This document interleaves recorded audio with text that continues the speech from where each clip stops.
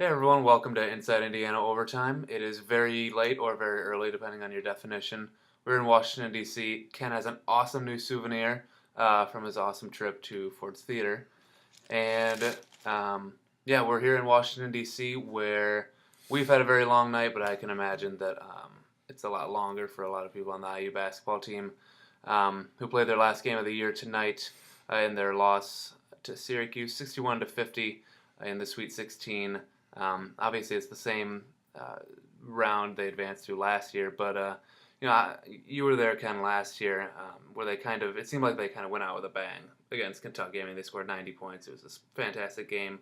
Not so much tonight. No question, it's a different field this year than it was last year. I mean, last year they ended up losing by 12, but people said, okay, well they went this far. They got went farther than they thought they were going to. Lost by 12, put 90, but all these guys are coming back.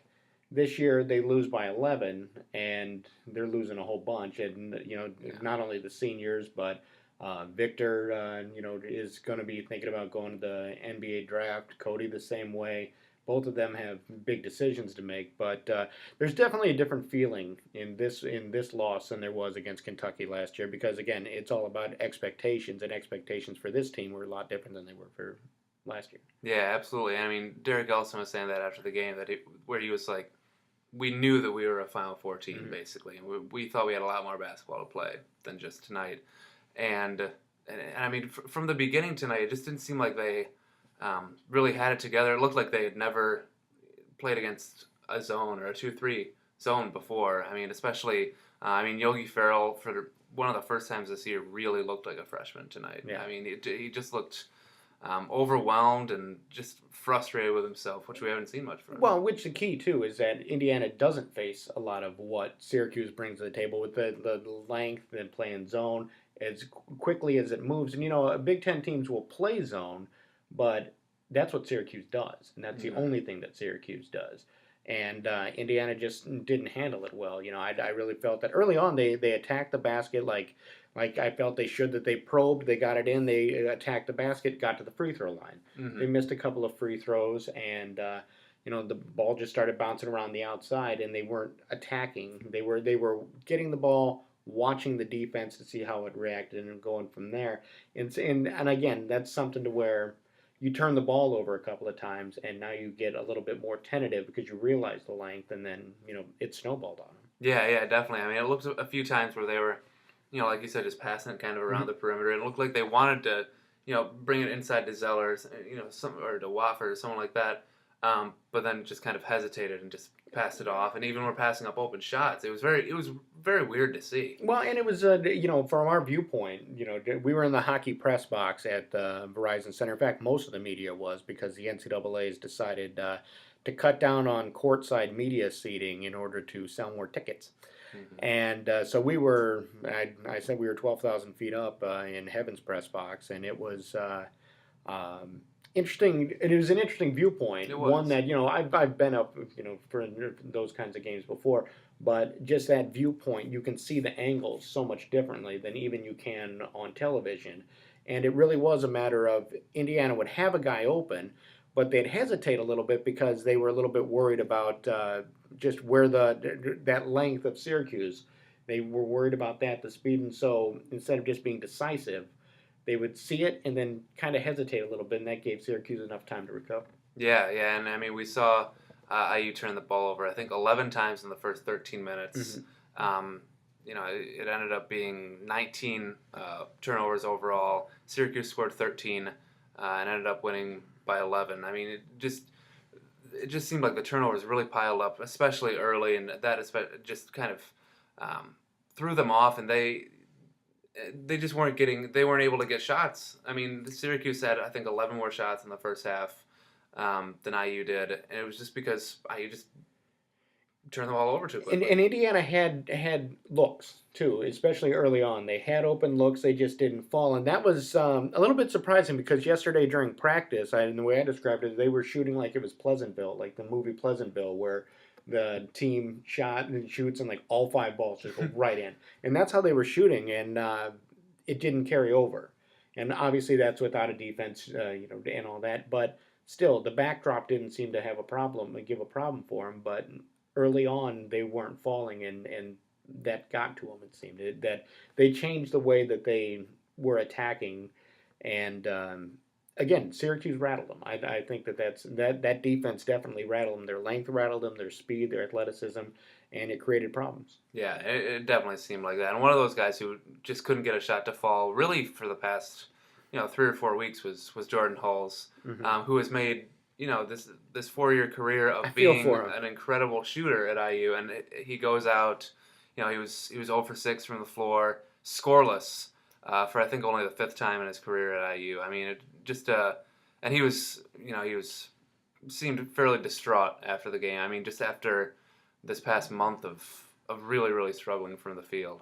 Yeah, and I actually feel for the kid. I mean, I really do. I mean, I know we're sports writers. We're not supposed to feel for people, but that for everything that they've been through, to go through a little bit of a shooting slump right there, you can only imagine what's going through his mind. That these have to fall. He ends up 0 for 6, and that's not him. I mean, he shoots 50% from 3 basically, and they just weren't falling. And it was an awful time for him to be struggling. It was an awful time for Yogi to have his worst game that we've seen him play, and all those things come together. Give Syracuse credit; they're good, and they played a big role in that as well. But the Hoosiers. Just everything came apart when they needed it the least, and so they're going home. Yep, and they when we see them next on the court, I mean they're going to be without. I mean, conceivably they might be without 4 of their usual starters for the season. I mean, if Zeller and Oladipo go to the NBA like they're kind of expected to do, we could be looking at a very, very, very different starting lineup for IU. Well, and look at the team as a whole, and this is purely speculation on my part. You have the 3 seniors graduating. Does Maurice Creek want to come back for another year? That's a decision that he has to make. He has another year of eligibility. He could come back, and nobody would argue with him. But hey, who knows? Because I know that he's graduated.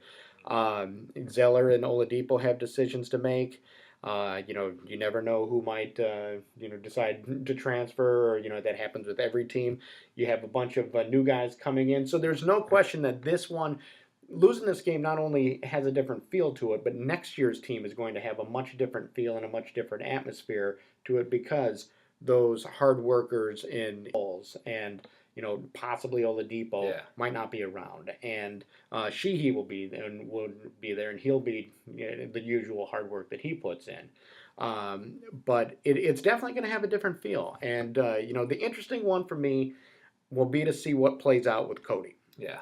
Because, like you said, he's expected to go. I still expect him to go. That's again purely speculation on my part, but who knows? Because he's somebody that's going to have to talk to a lot of people and decide what he wants to do. I mean, there's early in the year, it's projected that he's a possible number 1 pick. I don't think anybody's looking at him as that right now.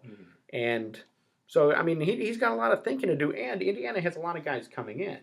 So there could be a scholarship crunch, and a run off an All-American. No. That's a thing. So, I mean, there's a lot that's going to be going on with the program that is going to make what we see at Hoosier Hysteria next year, I think, just everything is going to be drastically different. That said, I also don't think that this program takes a huge step back. And you and I were talking about that earlier, that the recruits that they have coming in, this is still going to be a program that's an NCAA tournament program next year. As look, anything could happen. I understand that, but from a talent standpoint, just the way everything has come together, I think the days of going through a 12-win season or a 500 season, I think that Indiana's a little bit past that as a program. Yeah, it certainly seems like that is something that won't be present for them for a while. Yeah. And obviously with Zeller, with Oladipo, with their situations, obviously we'll have coverage for them over the next weeks and months. But until then, I mean, this is our last overtime for a while. So thanks for being with us all year. Abe says goodbye, and we'll talk to you later. Take care.